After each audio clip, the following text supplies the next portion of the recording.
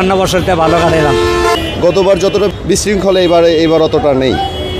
সব কিছুই ভালো কাটলো আল্লাহর রহমতে, কিন্তু আমাদের যাত্রী মানে যায় সুবিধা হচ্ছে না, যে কারণে আপনার গাড়ি ভাড়া রেট বেশি। ঈদের সময় তো আমরা যে সময় গেছিলাম ওই সময় 400 টাকা করে, এখন ঈদের সময় এই জন্য 500 টাকা করে নিচ্ছে, 100 টাকা করে বেশি নিচ্ছে।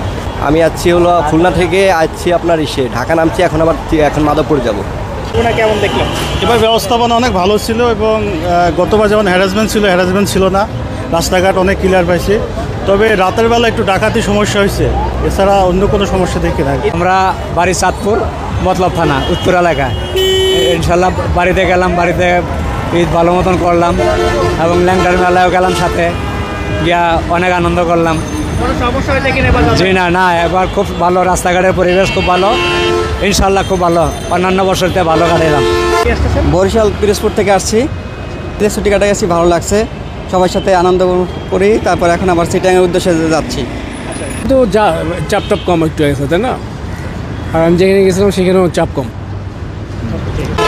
সুন্দর এবছর ঈদ সুন্দর করছি, কোনো ঝামেলা নাই। আমরা সুস্থভাবেই গেছি। দেশের বাড়ি ঈদ করতে ফরিদপুর থেকে আবার আসলাম। কোনো গাড়িতে কোনো ভেজাল নাই, কোনো জামজটটা নাই। সুন্দরভাবে গেছি, সুন্দরভাবে ঈদ করে আসলাম। আসলে আমরা এই যে শুক্রবারের দিন গিয়েছিলাম, তো কোনো ভেজাল নাই, কোনো টিকিটে আমাদের কোনো বেশি নেয় নাই, যেটা ভাড়া যেটা রেট সেটাই নিয়েছি। আলহামদুলিল্লাহ গত বছর থেকে এবার আলহামদুলিল্লাহ যানবাহন যেগুলো আছে সেগুলো খুবই ভালো, মানে ওরকম ভিড় নাই। গতবার যতটা ভিড় ছিল এত মানে বিশৃঙ্খলা এবার অতটা নেই। ছিলাম চাঁদপুর আপনার সদরেই গেছিলাম, তো ওখানে দেখলাম সব শৃঙ্খলা মানে বজায় আছে সব কিছু, মানুষও ঘোরাফেরা করে খুব মজা পাচ্ছে।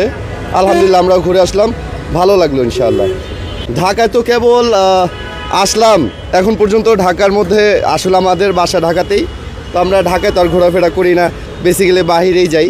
তো এখন ঢাকার মধ্যে আসার পরে দেখলাম যে আগের থেকে তুলনামূলকভাবে অনেক ভালো।